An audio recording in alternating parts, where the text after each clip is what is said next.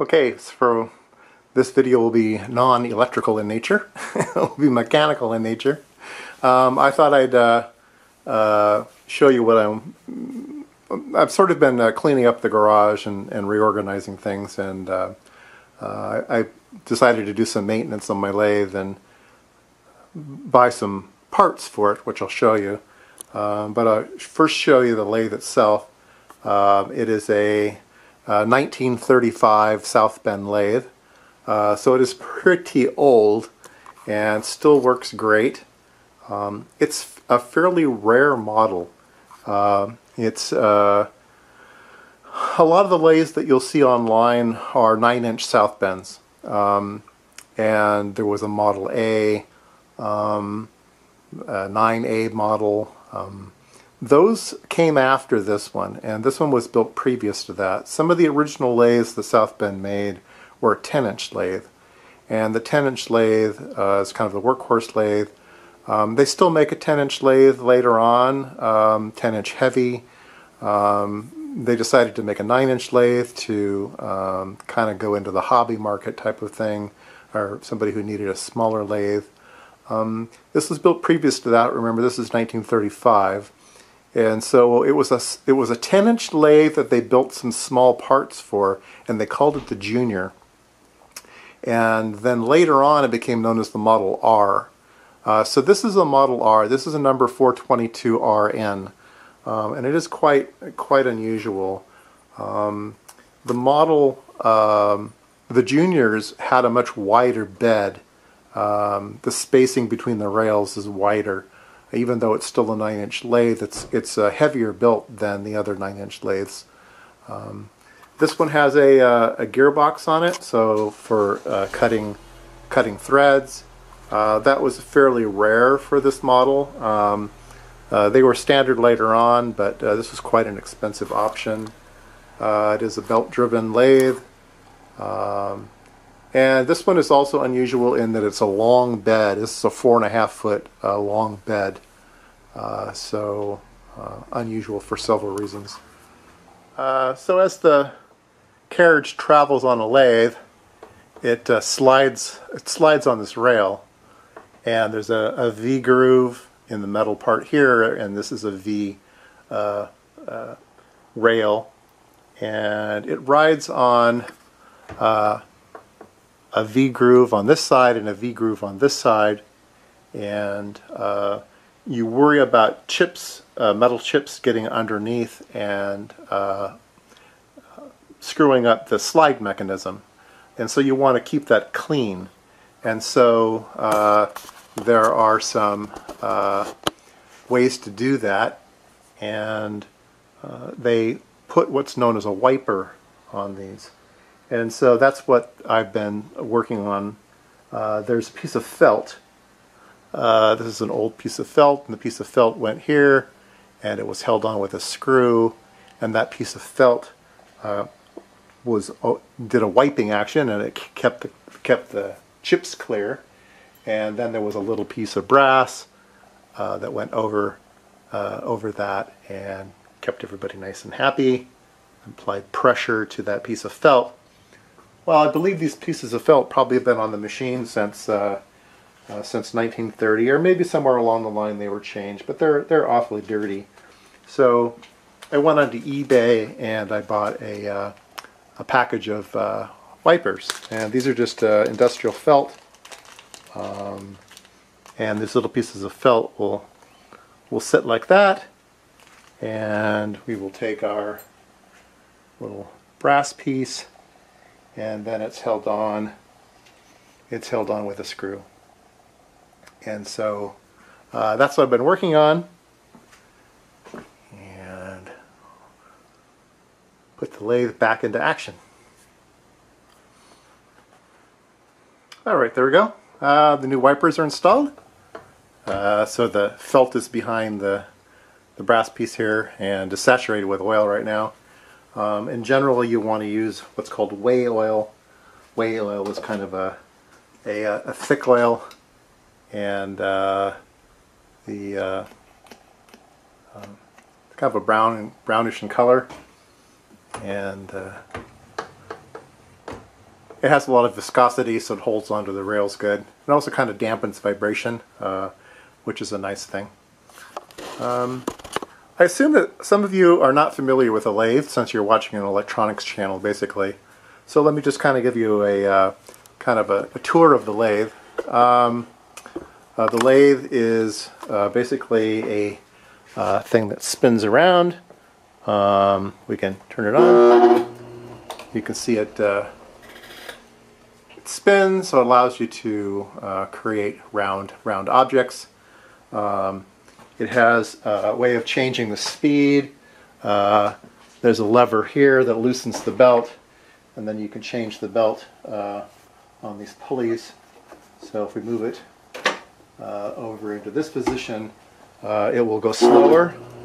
So now it's going slower, and here would be faster. So 3 speeds here.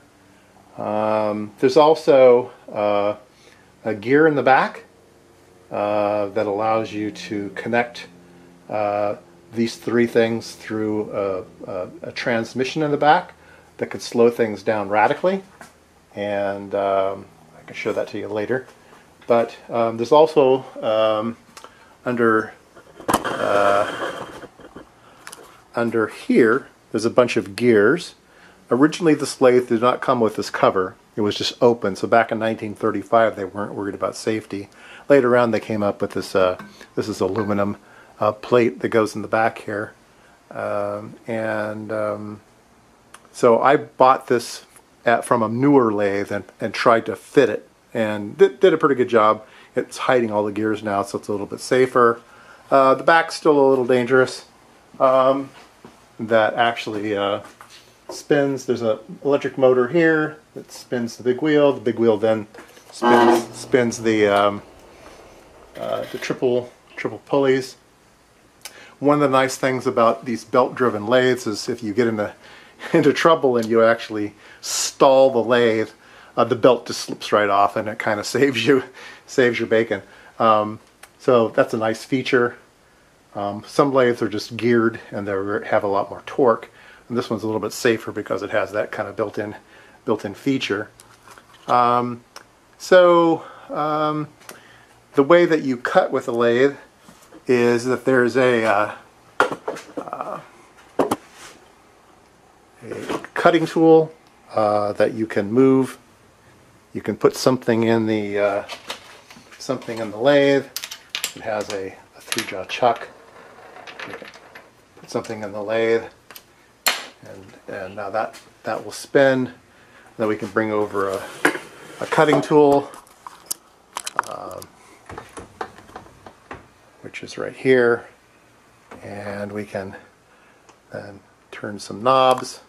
So this knob allows you to move in. This knob also allows you to move in, but it's some angle that you can set. So we can move in, and we can move out. So we can come up to the part and start to cut metal. And that's the way a lathe works. So you can turn the cranks, and you can do all of this by hand, which gets tiresome after a while. And you're not very good at repeating things yourself. So you can use these gears that are in this lathe. So you can move this lever down, and that engages some gears. Now when I turn it on, it'll be much noisier because it's moving some gears down in here, and now it's starting to move this feed gear. And when I engage a knob on the lathe will start to travel on its own. Let's see. Oh, it's going too slow. So we'll change speeds on the gearbox. Now if you watch this thing, it'll start to move to the left. You can see the wheels turning, and it's automatically moving the lathe and cutting without us having to touch anything.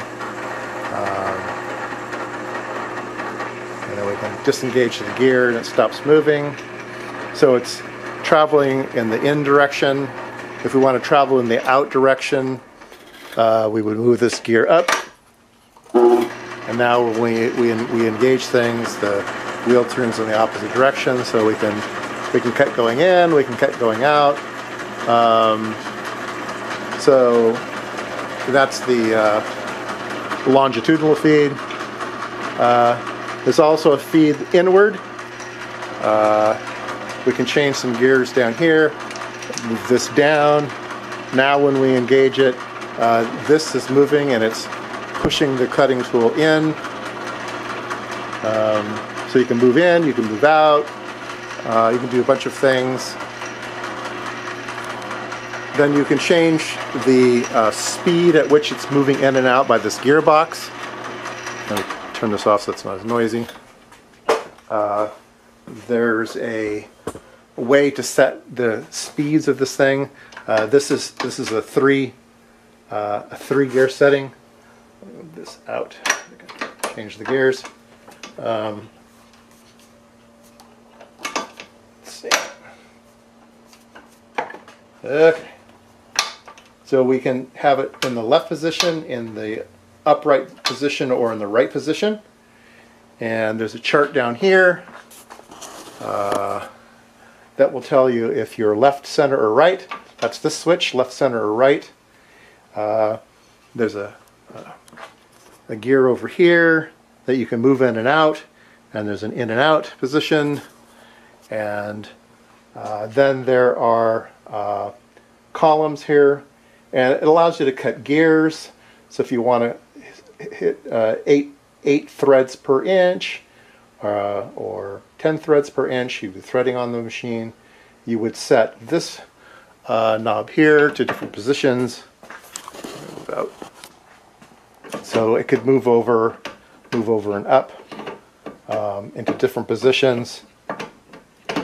Right now it's set on this, so if this were on the center position, center, and this is set to out, let's move it on in, so this is set to in.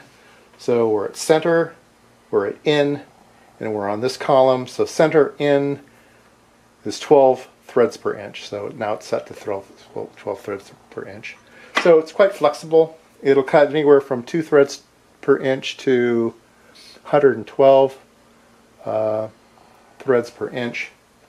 So it's pretty flexible. You can run the motor forwards and backwards. Like I said, on this is the engage or not engage. This is whether you're moving left and right or moving in and out. This is for threading. So let's take a look at the back half of the lathe. There's also a part of the lathe here that slides in. We can bring it in. So if we want to drill a hole, we have a drill chuck here. We can put a drill in, and then by turning this crank, we can drill a hole in a part. So we can use it for drilling. We can use it for holding things.